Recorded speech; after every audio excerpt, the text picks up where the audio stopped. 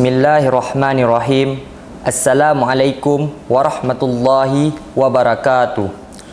Alhamdulillahi wa kafa wa ala rasulillahil mustafa wa ala ahli sidqi wal wafa. Asyhadu an la ilaha illallah wa asyhadu anna Muhammadan abduhu wa rasuluh. La nabiyya ba'da. Segala puji bagi Allah, Tuhan semesta alam, yang mana dengan sifat yang maha kuasanya kita dapat merasakan nikmat iman, nikmat kesehatan dan nikmat kehidupan. Salawat beriring salam tidak lupa pula kita sanjung sajikan atas kepangkuan Nabi besar Muhammad sallallahu alaihi wasallam, yang mana beliaulah pemimpin para nabi dan penutup para nabi. Baiklah, ada sebuah cerita yang mungkin begitu besar hikmahnya dan mungkin dapat kita tanamkan pada diri kita sendiri. Ada sebuah cerita atau ada sebuah kisah seorang sahabat yang bernama Thauban. Ketika ia solat berjamaah, ia selalu mengambil saf depan, paling pojok kanan. Dan dia tidak pernah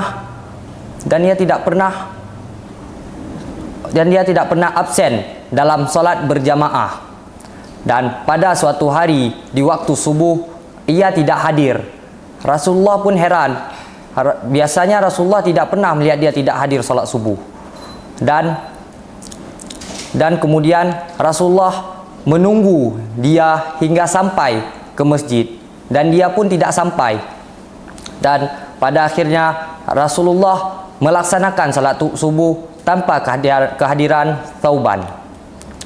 Setelah selesai salat subuh, Rasulullah pun pergi bersama para sahabat ke rumah Thauban. Jarak antara rumah Thauban dan masjid kurang lebih memerlukan waktu hingga 3 jam. Sesampainya Rasulullah di rumah Thauban, Rasulullah pun mengetuk pintu dan mengucapkan salam, dan isteri beliau keluar sembari menjawab salam.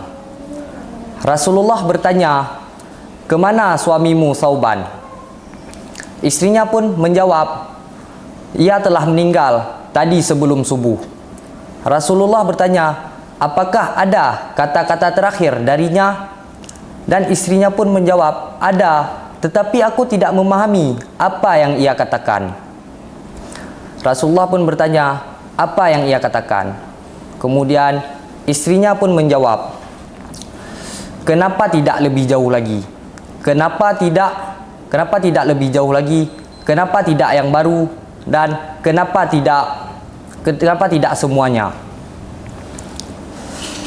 Kemudian Rasulullah pun tersenyum sambil menghadap kepada sahabat dan berkata, "Wahai sahabatku, apakah kalian mengerti apa yang dikatakan oleh Thauban?" Kemudian sahabat pun berkata, "Hanya Allah dan Rasulnya yang lebih mengetahui."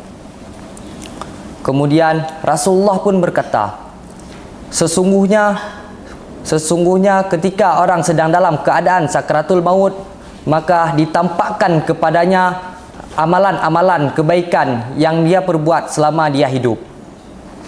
Dan maksud dari yang dikatakan oleh Thauban, kenapa tidak lebih jauh lagi?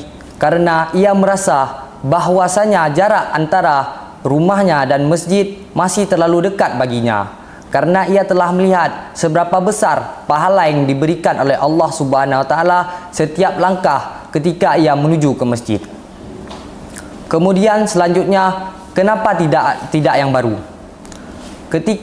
Karena ketika ia ingin salat subuh, ia menemukan seseorang yang sedang kedinginan, dan kebetulan ia memakai 2 lapis baju, yang di dalamnya baju baru dan di luarnya baju lama. Karena ia merasa kasihan kepada orang tersebut, ia memberikan bajunya kepada orang tersebut, baju lamanya. Dan di situ apabila ia memberikan baju baru, mungkin ia akan mendapatkan lebih besar pahalanya.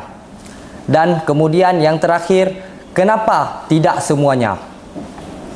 ketika ia ingin pergi solat, ia menjumpai seseorang yang sedang meminta sedekah dan ia memberikan 1/4 dari harta yang dia bawa.